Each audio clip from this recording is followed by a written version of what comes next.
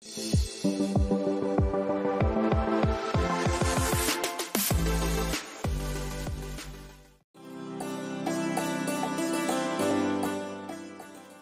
gampang nyentak-nyentak. Bahkan seorang alim itu harus punya sifat syafaqah. Syafaqah itu kasih sayang yang murni dalam hati. Kalau memang ditemukan seorang murid angel, memahami, nakal dan lain sebagainya, sempatkan waktu-waktu malam kita untuk mendoakan mereka. Niku wujud cinta kasih yang sesungguhnya seorang guru terhadap muridnya. Wa idza ra'a, dan ketika seorang alim itu melihat malla yutima sholatahu, seorang yang tidak menyempurnakan sholatnya, wa taharatahu, dan bersucinya, au syai'an minal wajibat, atau sesuatu dari kewajiban-kewajiban, apa yang harus dilakukan? Arsyadahu bitalattufin, membimbing mereka dengan lembut, warifkin, dan pelan-pelan, kama fa'alan Nabi sallallahu alaihi wasallam, sebagaimana yang dilakukan Nabi sallallahu alaihi wasallam ma'al a'rabi, terhadap al-a'rab atau orang Badui, alladzi bala fil masjid, yang waktu itu sedang kencing di dalam masjid. Ajari orang-orang yang masih salah dalam sholat, ajari atau bimbing orang-orang yang masih belum benar dalam berwudu dan lain sebagainya dengan cara yang lemah lembut, seperti Rasulullah bersikap terhadap al-a'rabi atau orang Badui. Kan pernah terjadi satu kisah, ada orang kampung atau orang Badui masuk ke Masjid Madinah, tiba-tiba ndotor pipis ngoten mawon teng jero lokasi Masjid Madinah. Memang Masjid Madinah itu enggak seperti masjid kita, Pak, ada lantai, apalagi sekarang keramik. Kalau dulu itu hanya dinding dan hamparan pasir. Kemudian orang Badui ini kencing di dalam masjid itu. Sahabat-sahabat matur kalih Kanjeng Nabi, "Jeng Nabi, jenengan delok. Oh, pipis teng mriku lho Kanjeng Nabi. Kula getake nggih." Ya, ini kan termasuk sahabat Umar, kan gampang mesona. Sahabat-sahabat lain pun ngoten. Ini penghinaan terhadap masjid Kanjeng Nabi. Apa yang dilakukan Kanjeng Nabi? Ini ben ditutup dhisik. Kulek wis tutup diomong. Alangkah bijaknya Rasulullah ini. Bayangno lek urung tutup digetak. Malah ra karu-karuan parane nggih lho. Nggih, apa meneh digetak uber-uber. Belayu sampai ke ngendi-ngendi dan lain sebagainya. Dengan sikap yang tepat, yang lemah lembut oleh Rasulullah ini, akhirnya kan menunjukkan syariah itu begitu indah. Ben ditutup mesik neng kono, nggak mecer-mecer. Nanti setelah itu disiram. Setelah ambles, baunya hilang dan lain sebagainya, kan sudah suci. Urusan najis sudah selesai beserta pelajaran fikihnya ada di situ. Bersikap terhadap orang Badui diajarkan Rasulullah, janjane mek cukup ngono kuwi to, sabar dhisik, terus dijelasne nanti saja. Janjane mboten nangsa lho pipis teng mriku karo panjenengan mboten ngertos, atau mungkin saja enggak iso ngumpet ya kuwe. Sing penting aja dibaleni. Dengan demikian Badui tadi merasa semakin cinta kepada Rasulullah.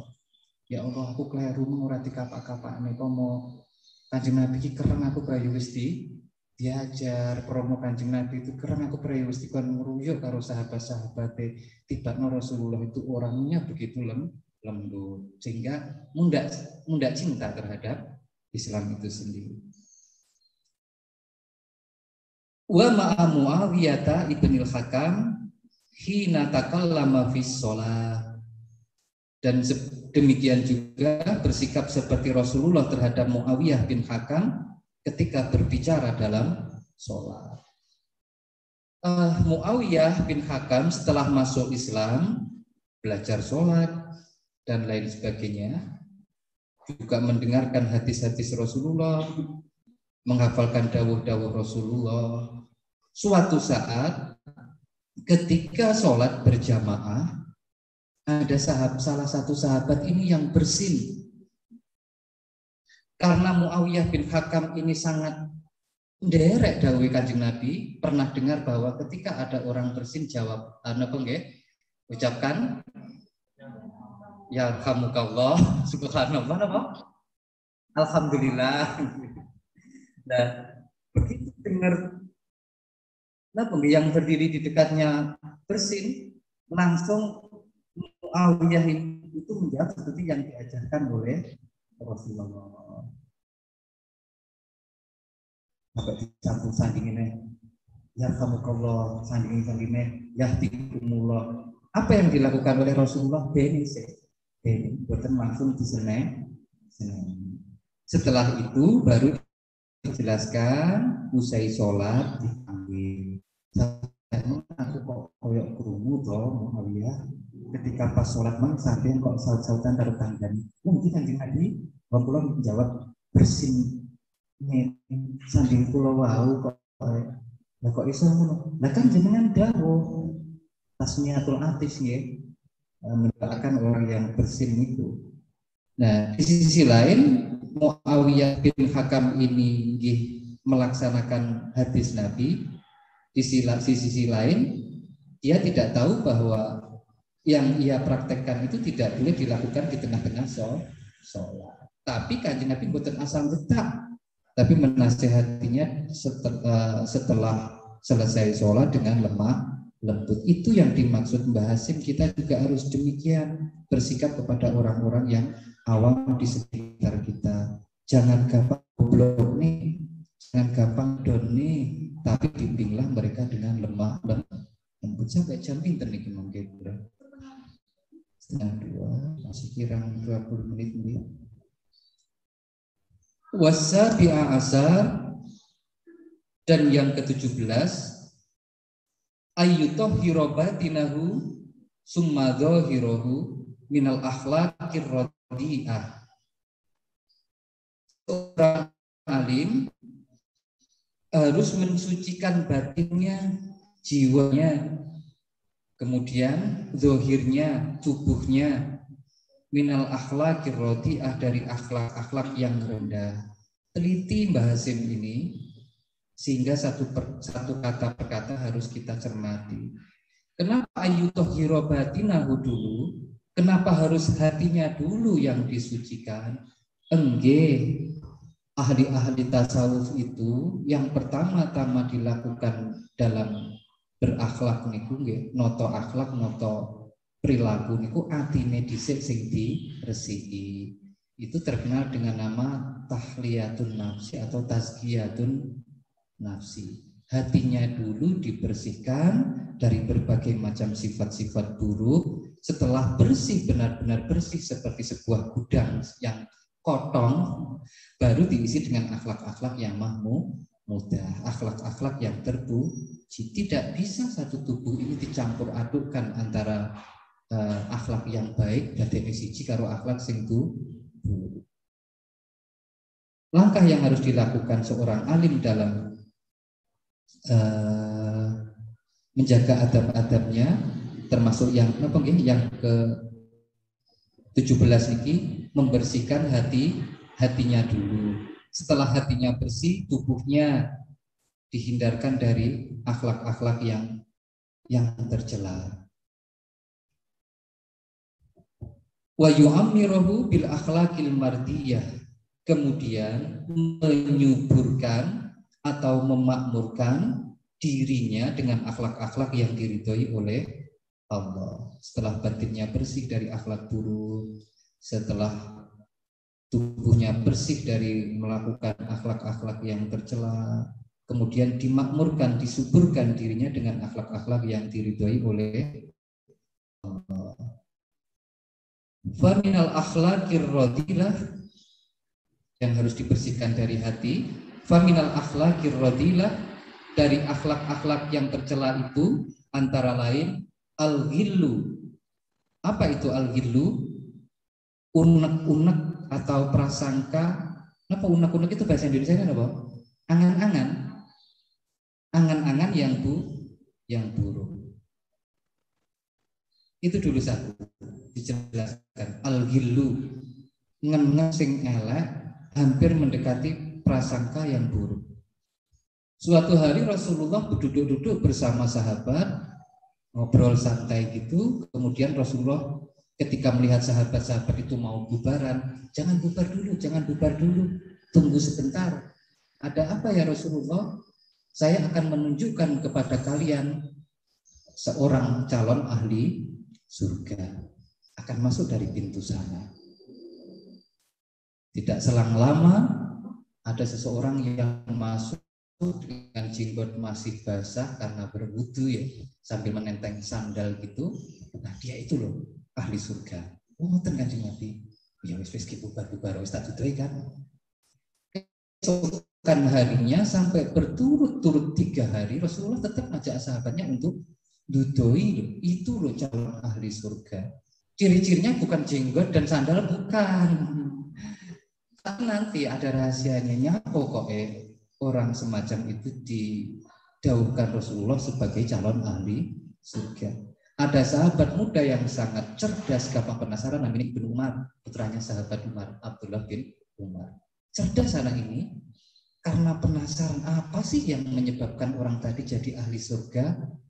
Dia pergi kemudian pura-pura melakukan sesuatu kerja ngoten, terus menginap di rumah orang yang ditunjukkan oleh Rasulullah. Mbah, kula pengen nginep ten mriki angsal. Oleh le. Saestu angsal, akhirnya nginep. Engko pengen tak inceng, lek salat kaya apa, lek wiridan kaya apa. Tibakno sore berisak nggih pun sare sampai subuh. Penasaran, jangan-jangan saya yang kurang teliti. Nginep sampai hari kedua, sampai hari ketiga. Yo mek ngono-ngono ibadahnya. Kalah dengan abah saya, kalah dengan sahabat-sahabat Rasulullah yang lain. Tapi kenapa dia mempunyai posisi yang begitu istimewa di hadapan Rasulullah?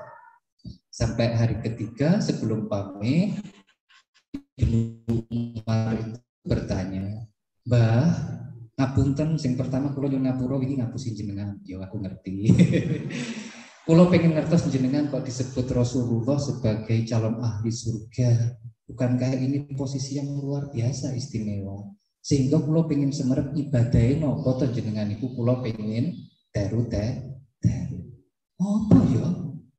Mboten ngertos orang ini. Sama sekali enggak tahu. Sampai akhirnya Ibnu Umar ini sowan datang Rasulullah, ya Rasulullah, sebenarnya apa sih yang menjadi keistimewaan simbah tadi? Kalau sampai nginep 3 malam dan mboten semerep, keunggulan ibadahnya cek kalah dibanding sahabat-sahabat yang lain. Karena simbah tadi seumur hidupnya tidak pernah di hatinya ada unek-unek jelek. Pripun niku? Sing terusan illal lilladzina amanu niku pripun doa niku? Ya Allah, dijauhkan saya dari unek-unek yang buruk. Karena ternyata sumber perkorone awake dhewe niku dadi elek itu bermula dari enten unek-unek elek teng jero hati. Kalau Mbah Hasim disebut dhisik dhewe niki lho. Goro-goro kuwi kabeh lho sumber perkara itu. Unek-unek elek teng ati. Yo ngen-ngen elek, terutama prasangka buruk niku lek sampe enek teng jero ati wis. Dinasihati wong rumangsa ngepekne. Enggak disowani wong rumangsa disepelekne. Sampai diparingi sesuatu oleh orang lain, jiji elek atine. Masane aku enggak iso gawe dhewe. Masane aku enggak kuat ya tuku dhewe. Jadi susah orang-orang semacam ini hidupnya kita. Diundang, dipinarakni jenengan teng lebet mawon, Mbah. Kalian anu nika para orang masane aku demen ya di mulyakne siji panggang ngono. Jenengan mriku mawon, Mbah. Ngopekne wong kaya aku kok trimo dipinarakne ning jaba awak bocah-bocah. Ati yang buruk, unek-unek sing serba enggak bener ngoten lho sumber perkara. Wal hasadu dan sifat hasad wal baghyu dan sifat lacut atau napa nggih licik, wal ghadabu li ghairillah dan marah-marah selain karena Allah, wal ghosu dan berbohong, wal kibru dan sombong, waria dan suka pamer amal, wal ujebu dan merasa bangga diri, wasum'ah dan sum'ah. Sum'ah itu apa sih? Sum'ah itu asal kata sami'ah, mendengar. Disebut sum'ah itu orang yang pengen kebaikannya selalu didengar oleh orang lain. Kebaikannya pengen diwarak-waraknya karo wong liya sehingga banyak yang tahu. Itu sifat sum'ah. Ini penyakit. Kok nggak tahu ya saya rajin bersedekah? Itu salah. Atau berusaha ngabar-ngabar ngene orang lain, saya mau ngomongi kayak sing bantu aku lho bimbingannya uripe, kayak sing ngisuk ngirimi maem aku, sing gawekne omah dandani kae ya aku, sampean kabare ning wong-wong ya ben padha ngerti ngono lah, ngerti seolah-olah kayak api-api kok, kayak ben diterokne, padahal dalam hati kecilnya dia itu pingin perbuatan baiknya didengar oleh banyak orang. Itu sifat sum'ah. Wal bukhlu dan bakhil, wal batoru angkuh, wat tomamu tomat, wal khulaya itu hampir sama dengan kiber, sombong, wat tanafus fid dunya dan bersaing dalam urusan dunia, jor-joran, tanafusu, tanafasaya tanafasu, tanafus, jor-joran maknanya fit dunya di dalam urusan dunia. Wal mubahah dan unggul-unggulan, wal mudahana. Apa mudahana itu? Basa Jawa ini ngelulu, mengelulu, wal mudahana. Wong ini kan atas terjemahan yang pas ngoten maknane mudahana nih. Jadi kan paham janjane, tapi kalau mau golek nih terjemahan bahasa Indonesia sing pas no mudahana itu nopo? Lek mubahah niku unggul-unggulan, lek napa wal mudahana iku meh koyo pencitraan. Angel nggih, pencitraan. Yes, ngoten nggih mawon. Paham kok. Wa tadayyun linnas dan membuat hiasan-hiasan untuk manusia. Termasuk dari cara berperilaku pun banyak yang digawe-gawe, kepura-puraan di hadapan manusia. Bahkan sampai berhias diri pun digawe-gawe, orientasinya menungso, pakai sarung, pakai baju koko atau pakai gamis, pakai jubah. Tapi semua hiasan itu hanya diperuntukkan agar dinilai baik oleh manusia. Wa hubbul madhi dan senang dipuji, bima lam yaf'al, terhadap sesuatu yang sebenarnya dia tidak melakukan. Uang sesuatu yang dilakukan olehnya saja nggak boleh kok kita ngarep-ngarep dipuji, apalagi pengen dipuji padahal dia tidak melakukan sesuatu. Contoh, ada pembangunan jembatan, toh yang bangun itu gotong royong dan dia waktu itu juga nggak hadir, juga nggak nyumbang, tapi tiba-tiba iki upama mbiyen ora aku sing duwe ide, jembatan ini pasti belum terwujud. Tujuannya apa? Ben dilem, padahal dia tidak berperan apa-apa di dalamnya. Wal ama dan pura-pura buta, an uyu bin nafsi, dari aib-aib dirinya sendiri. Begitu dirinya itu banyak kekurangan, banyak celah, pura-pura nggak tahu. Ada orang ngerti, dia juga banyak kekurangan. Wal istighol dan sibuk, anha wastigol anha biuyu bil kholqi, krono napa nggih sampai etok-etok nggak tahu kekurangan dirinya sendiri, nyapa ngono kuwi karena dia lebih sibuk bingung bil khalqi terhadap aib orang lain atau aib makhluk lain. Wal hamiyah dan keganasan kasar, wal asobiyah dan sifat fanatik li ghairillahi ta'ala, fanatik kepada selain Allah ta'ala. Wal ghibah dan suka ngerasani, wan namimah, namimah itu adu-adu atau provokasi, tukang ngompori. Wal buhtan, merekayasa cerita, bikin cerita-cerita palsu dan lain sebagainya, itu namanya al-buhtan. Wal kadibu dan ngapusi, berbohong.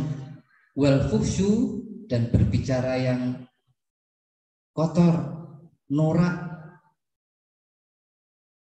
Kan ada ucapan-ucapan yang sebenarnya boleh tapi nggak pantas untuk diucapkan oleh seorang alim atau seorang guru. Jadi juga nggak apa-apa mau diucapkan oleh orang-orang biasa gitu, tapi ada kata-kata, kosakata itu yang ketika diucapkan oleh orang alim itu nggak pantas, terkesan kasar, saru dan lain sebagainya. Wal fuhsu dan berbicara jelek fil qauli dalam ucapan, wa ihtiqarin nasi dan menghina orang lain, termasuk yang benar-benar harus dihindari sifat buruk dalam hati itu suka menghina orang lain.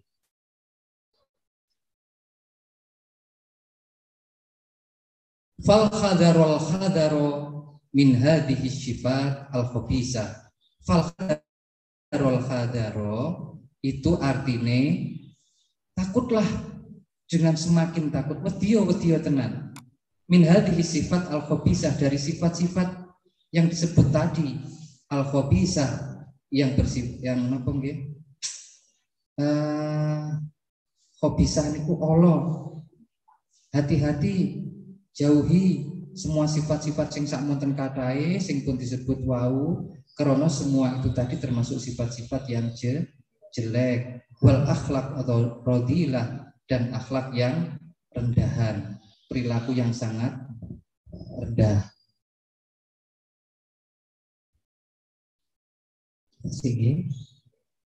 Fa innaha babu kulli syarrin, karena sifat-sifat tadi adalah pintu menuju setiap keburukan. Hampir semua keburukan yang terjadi di muka bumi ini sumber-sumbernya berasal dari sifat-sifat buruk yang disebut inggil niki wau, mulai al-gillu, al-hasad, al-baghyu, al-ghadab, al-ghassu, al-kibru, ar-riya, al-ujub, as-sum'ah, al-bukhlu, al-bator, at-toma, al-khuyala, at-tanafus bidunya.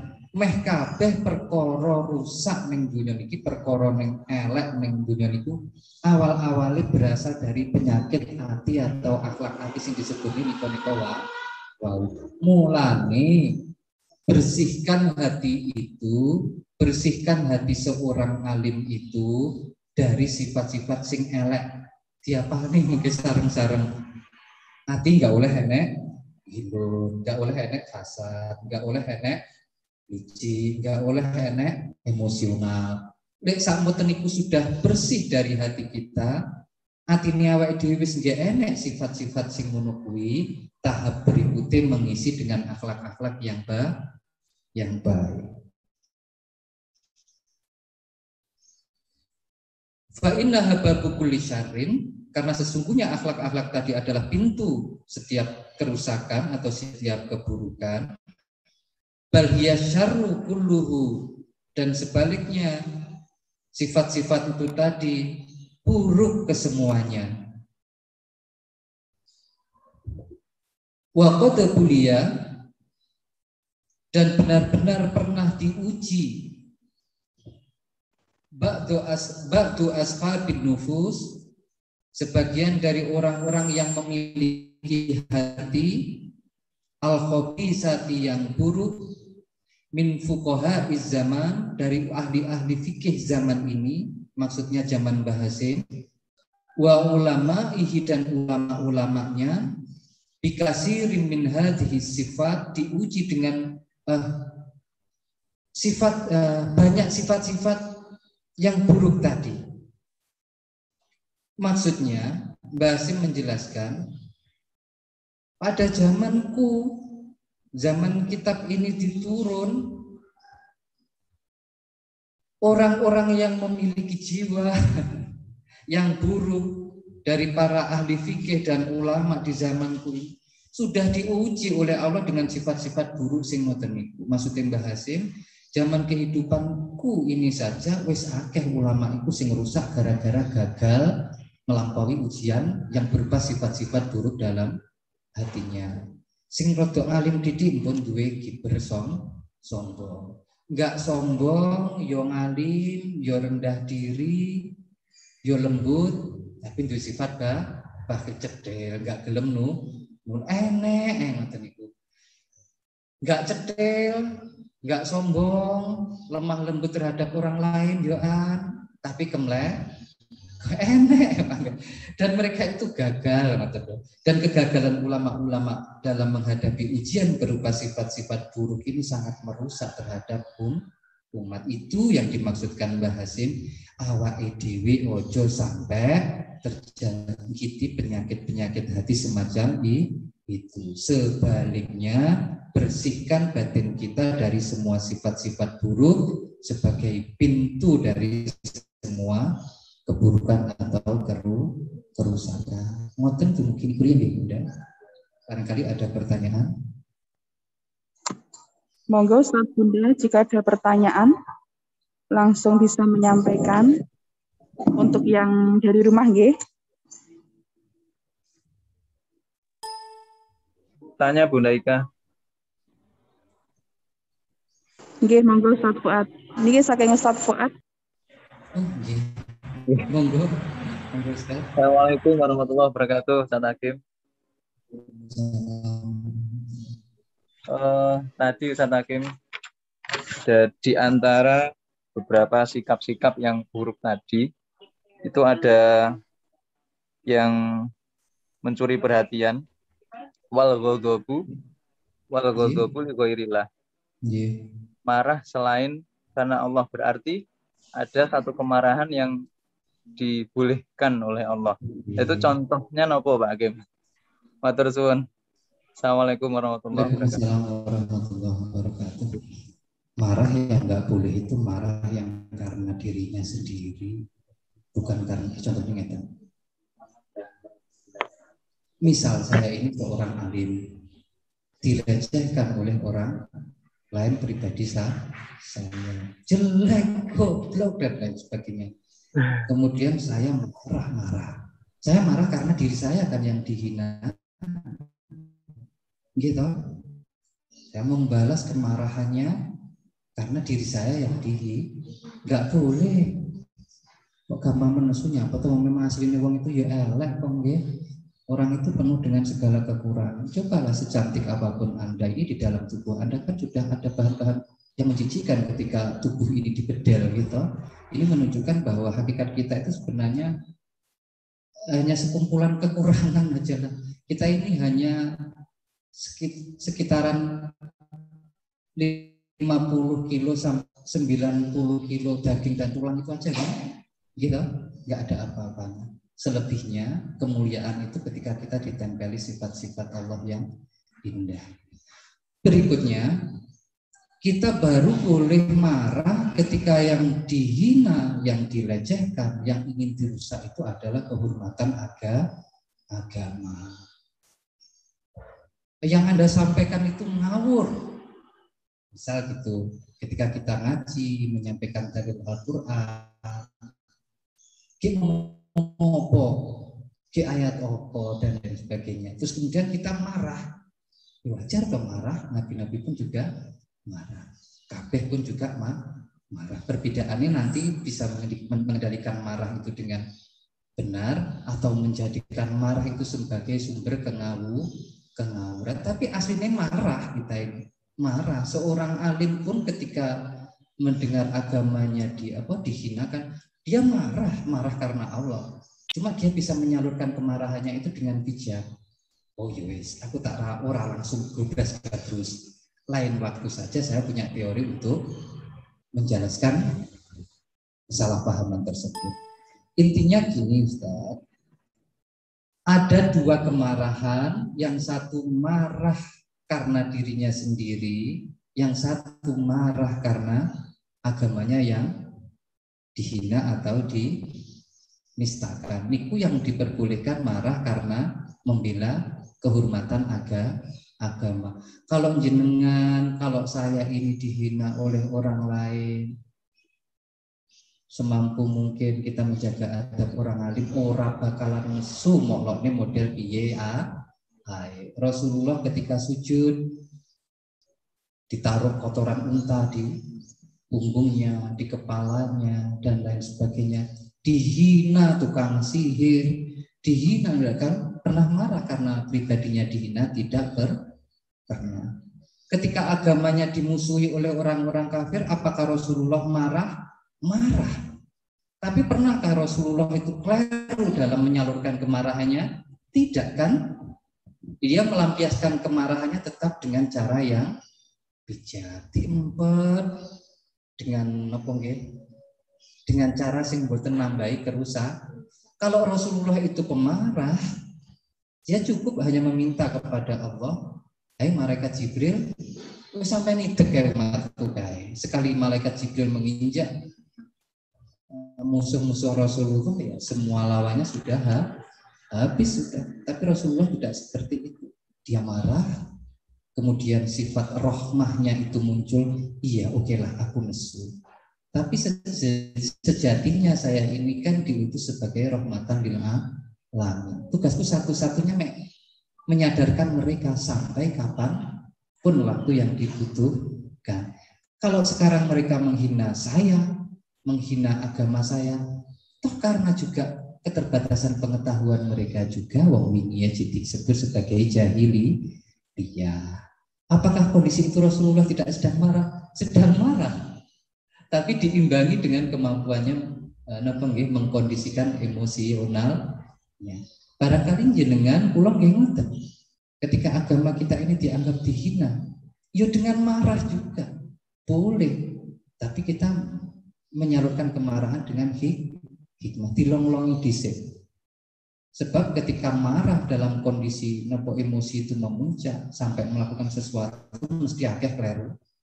Contoh saja, ketika kita mengambil keputusan dalam keadaan nesu, pengane peneror sepenting kuwi, kan ngeten kita. Tapi coba ketika emosional kita itu dikurangi dulu, biar betul nggak begitu panas, baru ternyata kita bisa berpikir lebih jernih. Barangkali ngaten nggih Ustaz Fuad terutama, kita boleh marah karena Allah. Setelah ada jawaban boleh marah karena Allah, kita punya panutan, kita punya uswah. Bagaimana Rasulullah, bagaimana para ulama itu menyalurkan kemarahannya, meskipun kemarahan yang diizinkan, meskipun kemarahan yang dibenarkan, yaitu marah karena Allah. Tetap ada cara tinggi. Bagaimana melampiaskan kemarahan itu? Barangkali ngaten sampun 1:30 Bu, sama 1:30. Barangkali sudah tidak ada pertanyaan lagi, saya cukupi. Jalan monggo.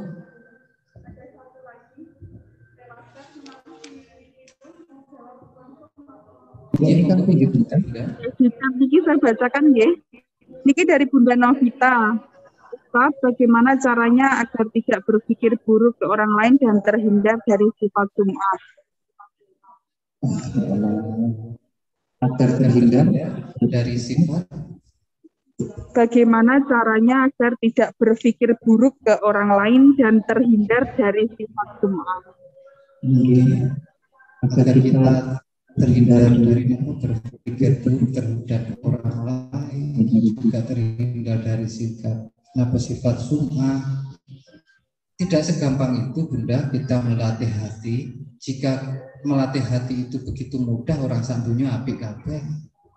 Jangan bersangka, ya sudah saya tidak bersangka, tidak semudah itu. Gitu. Jangan gampang hasut. Oh ya, saya tidak akan hasut lagi, tidak semudah itu. Jangan pengen dipuji. Oh iya Pak, saya tidak pengen dipuji, tidak semudah itu. Itu perangkat lengkap dalam diri kita yang sudah dilengkapi oleh Allah. Ada apa nggih? Ya Allah. Terutama yang berkaitan dengan penyakit-penyakit hati, orang lain sulit membantu kita. Tolong toh sampean padami hatiku Mas. Tolong toh sampean ilangi sifatku sing gampang pingin tangga karo tak duweane tanggaku Mas. Lah kok ngono, pingin tanggaku tuku motor ki jantung langsung. Lagi cek aku krungu-krungu lah wis inden mobil nopo. Iku aku wis kudu sesek Mas iki. Wah ngono. Ya enggak bisa semacam itu.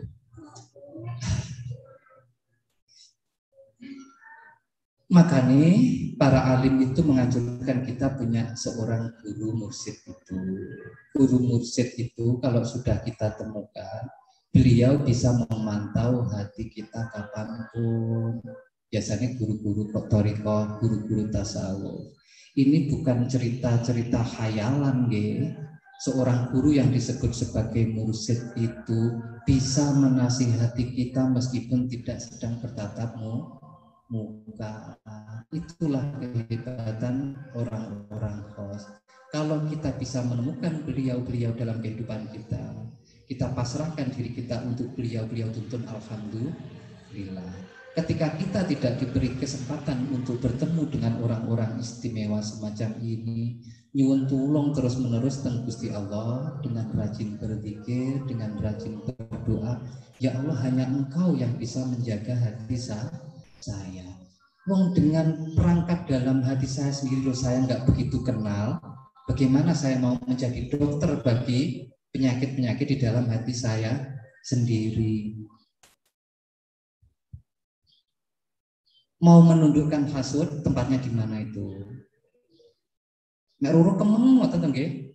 Susah ngoten roro lek wong liya niku duwe napa ngoten. Roro susah sampai pegel. Pegel ngoten pegel. Loro terus sampai mati ngoten nggih ngoten. Wong aku wis puluhan tahun ngidam-ngidam pengen duwe. Pengen lemah lho pengen tak tuku sing sanding kuwi. Soalnya lek sampai ora ketukan wis iso lemah ora bakalan nyelengi puluhan tahun mboten keturutan. Tibake enek sandingi dhewe sing roh wis dibeli. Pun ngoten niku pun luar biasa. Dunia niku pun kaya mboten enten penak. Itu satu saja jenis, belum yang lainnya. Jadi enggak mudah. Terus dilatih secara pelan-pelan dalam hati kita, nyuwun datang Gusti Allah terus-menerus supaya dijauhkan dari sifat-sifat yang tercela. Dekat diri ini kepada Allah dengan melanggengkan berzikir. Sabri, toh no hubungan karo Allah. Enggak bisa dengan bahasa Arab, dengan bahasa yang kita ngertiin gitu aja. Pas mumet, pas pusing karena hasud dan lain, Gusti kula mumet, jenengan tambani mumet kula. Mboten napa-napa. Namanya takorrub itu kita pahami dengan cara pemahaman yang lebih mudah. Takorrub itu bukan ritual yang kita napa nggih? Kita anggap begitu rumit ngoten niku. Takorrub ilallah, harus bangun malam hari, harus begini dan itu tidak. Takorrub itu berusaha seakrab mungkin dengan Tuhan. Akrab itu pripun toh, jangan sungkan-sungkan kali Gusti Allah. Daripada jenengan curhat, pusing aku Mbak, nggak usah, kepada Allah langsung, ya Allah aku pusing tenan ya Allah. Tenan ya Allah. Hari ini aku menghadapi ujian luar biasa, ndak mampu ya Allah. Yo piye nek Gusti wong sing ngerti yo sampean. arep moh itu nyatane dari sampean, arep tak tampa nyatane kula nggih mboten mampu Gusti Allah. Nggih ngapunten niki mawon nggih Gusti, ketika hari ini hatiku sedang buruk dan orang-orang di sekitarku semuanya kacau gara-gara saya gagal melaksanakan menjawab ujian darimu. Kan jenengan ngertos syukurane diri ya Gusti. Itu Allah lebih suka ketika hambanya berakrab-akrab dengan dirinya. Dan itu memang yang diharapkan oleh Allah. Nyaris semua ujian ini supaya hamba itu kembali kepada Allah. Allah lebih senang ada orang berbuat maksiat terburu-buru dalam kondisi bergelimang dosa, tapi sowan kepadanya, daripada orang yang menunggu amal banyak dulu baru sowan ning Gusti Allah. Aku tak ibadah sing akeh, aku tak golek ilmu sing oke, baru aku arep taat sowan ning Gusti. Luwih senang Gusti Allah melihat orang yang baru saja berbuat dosa, masih bergelimang dosa. Ya Allah, saya banyak dosa ngeten iki. Tas mencuri, tas menipu, tas korupsi, pulang perampok. Saya mohon kepadamu, itu lebih disukai oleh Allah. Dalam hatinya, saya kan beri panggah belum atau nompo, pertahankan keakraban kita dengan Allah Subhanahu wa Ta'ala. Pertahankan kesabaran kita, ketekunan kita untuk selalu memohon perlindungan dari Allah, termasuk kita dijaga dari kegagalan menerima ujian berupa sifat-sifat buruk sing pun disebutaken sak monten kathah niku. Namung wonten iku jangan gampang-gampang berharap kepada orang lain akan mampu menolong kita. Lek ning ngoten sing wonten ati kula panjenengan sedaya, kita akan ditemukan oleh sekian banyak kekecewaan. Ketika kita sudah mengandalkan Allah, biasanya caranya Gusti Allah itu mengirim orang-orang istimewa kepada kehidupan kita. Lek ngoten niku kan pun mboten salah. Lek awake dhewe golek kanca curhat melupakan Allah itu salah. Kalau kita hanya mengandalkan Allah sebagai teman berbagi, teman curhat, seringkali Allah itu akan mengirim orang-orang istimewa di tengah-tengah kehidupan kita. Roh-roh duwe kanca sing deneh. Roh-roh kita dikasih anak yang malah sering ngeritik orang tuanya. Itulah yang saya maksudkan, jawaban Tuhan itu ada 1000 cara. Tapi lek nyuwune kepada selain Allah, pastikan kita akan kecewa ngoten ki mau. Pun nyuwun pangapunten nih kathah bila ken kawula matur kathah kekirangan, kathah kecilafan. Wa tuntum fil khairi wal barakati wan najah wal afu minkum wallahu muwaffiq ila aqwamit thoriq. Wassalamualaikum warahmatullahi wabarakatuh.